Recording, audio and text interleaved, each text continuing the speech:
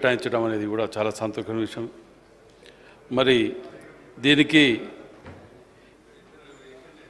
Ramagundam municipal కార్పొరేషన్కు 50 కోట్లు, ఖమ్మం కార్పొరేషన్కు 30 కోట్లు, Warangal smart సిటీకి 180 కోట్లు, కరీంనగర్ స్మార్ట్ సిటీకి 100 కోట్లు, అమృత్ పథకం కింద 150 కోట్లు కేటాయించడం.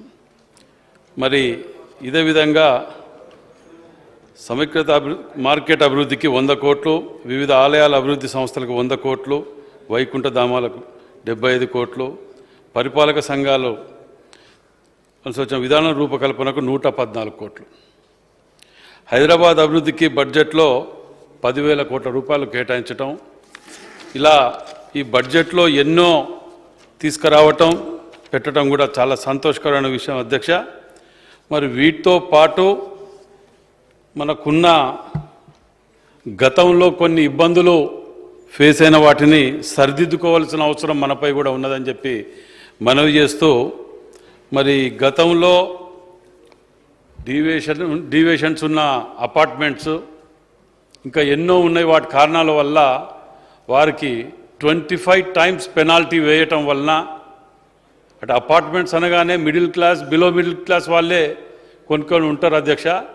మరి వాళ్లకు 25 సార్లు అదనంగా పెనాల్టీ వేయటం వలన ట్యాక్స్ కట్టలేక, వారికి న్యాయం జరగలేక అభద్రతా భావంలో ఉంటూ వారు ఏం చేయాలనో తెలియని స్థితిలో ఉన్నారు. వాటిని మరి వన్ టైం సెటిల్మెంట్ చేస్తారా, దానికి ఆల్టర్నేటివ్ మనం చేద్దామా అనే దాని మార్గం మీద కూడా మనం ఆలోచించుకోవాల్సిన అవసరం ఉన్నది అధ్యక్ష. ఎందుకంటే చాలా దిక్కులలో లక్షల మంది అపార్ట్మెంట్స్లలో దాన్ని ఏమి చర్య తీసుకోకుండా వాటిని వదిలివేయటం జరిగింది. కాబట్టి వారి సెటిల్మెంట్ దానికి తీసుకుంటానికి ఒకటి అధ్యక్ష. మరి అదేవిధంగా కార్పొరేషన్ పరిధులలో వరంగల్ ప్రత్యేకంగా చూస్తే, మరి మిగతా వాటిని కూడా చూసినాం అధ్యక్ష.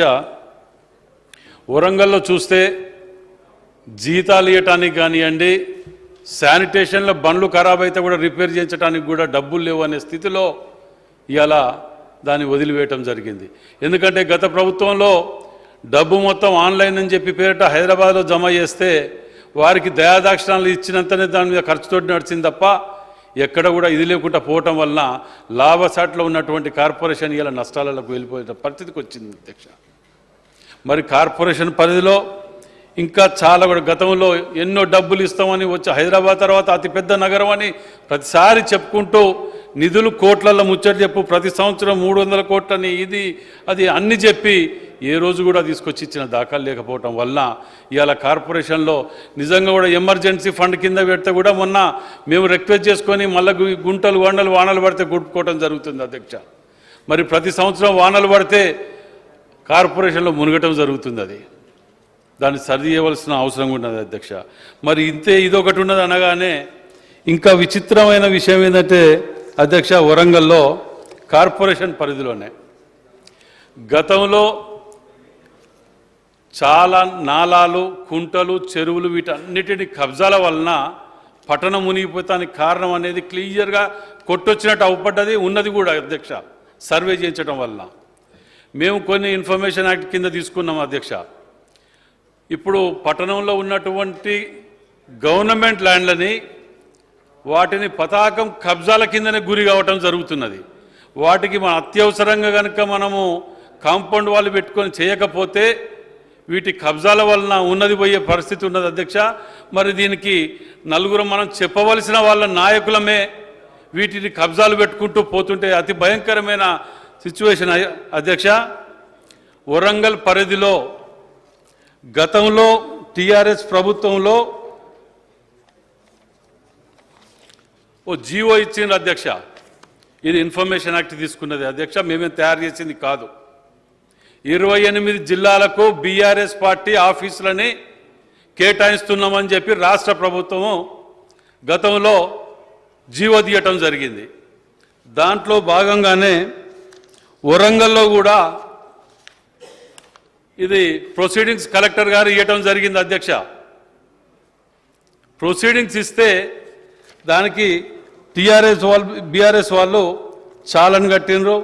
4 లక్షల చిల్లర చాలని కట్టి వాళ్ళకి ల్యాండ్ అలాట్ చేస్తున్నామని చెప్తే ప్రొసీడింగ్స్ ఇచ్చినాక చాలని కట్టింది అధ్యక్ష.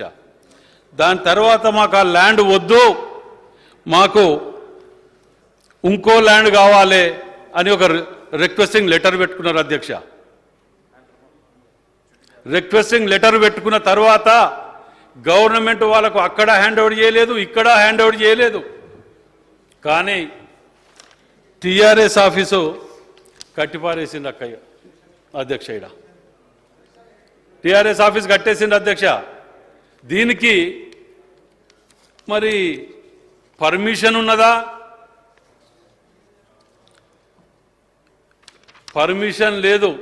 5-6 ఏళ్ళకి 8 ఏళ్ళకి హౌస్ ట్యాక్స్ లేదు, ఏది లేదు.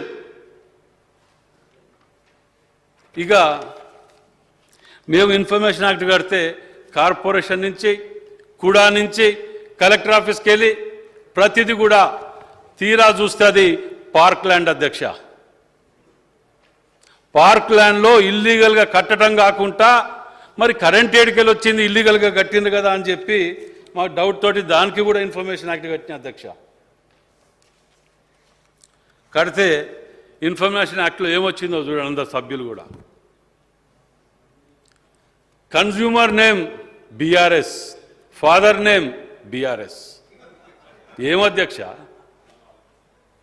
ఎక్కడికి పోతున్నావు? ఇంతమంది నీతులు చెప్తాను, ముక్కు నేలకు రాస్తామంటారు. మొదటిసారి వచ్చిన ఈ హౌస్కు మేమేదో చూద్దామని వస్తే ముక్కులు రాస్తాం, నక్కులు రాస్తాం, కత్తులు తీస్తామని కూడా మాట్లాడుతున్నారు. ఇది డైరెక్ట్ ఆన్ పేపర్ చెప్తున్న అధ్యక్ష. నాకు ఈ 28 ఆఫీసుల మీద కూడా అనుమానం ఉన్నది. ప్రభుత్వం అక్కడ అసలే మా దగ్గర హనుమకొండలో ఖాళీ ల్యాండ్ అవపడితే గతంలో బీఆర్ఎస్ నాయకులు తట్టలు పారాలు బట్టి జెండాలు బాధిస్తూ కబ్జాలు పెట్టినారు.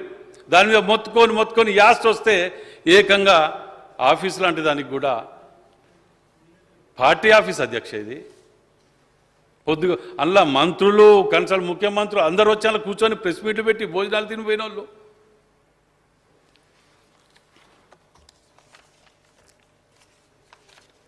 బిల్లులు కానీ అధ్యక్ష మేము ప్రతిదీ కూడా ఇప్పుడు ఈ ఆఫీస్లో దీని మీద మేము ప్రత్యేకంగా మంత్రి గారిని, శ్రీధర్ బాబు గారిని మేము రిక్వెస్ట్ చేస్తున్నాం అధ్యక్ష.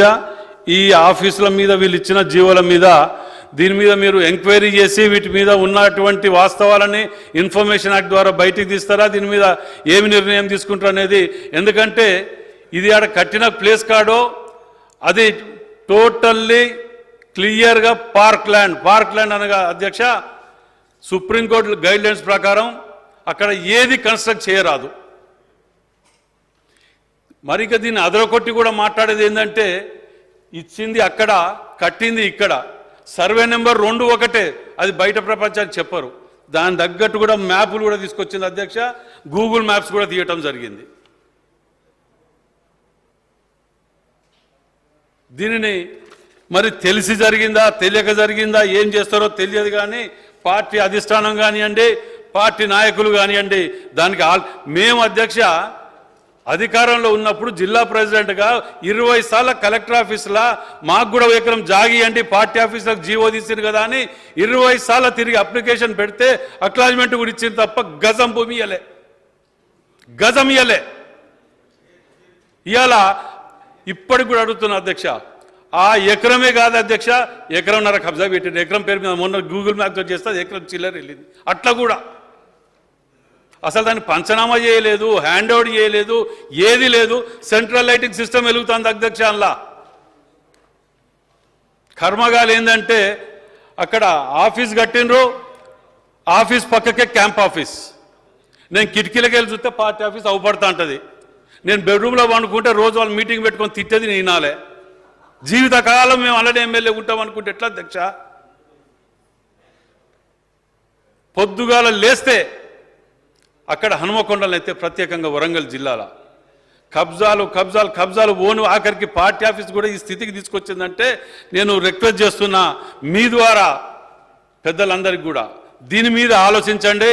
అది పార్క్ ల్యాండ్, ఆ యొక్క ఏరియా వాళ్ళందరూ వచ్చి కూడా కంప్లైంట్ చేయడం గిట్ల జరిగింది అధ్యక్ష. థ్యాంక్ యూ అధ్యక్ష. శ్రీ కేపీ వివేకానంద గారు. అధ్యక్ష ధన్యవాదాలు అధ్యక్ష.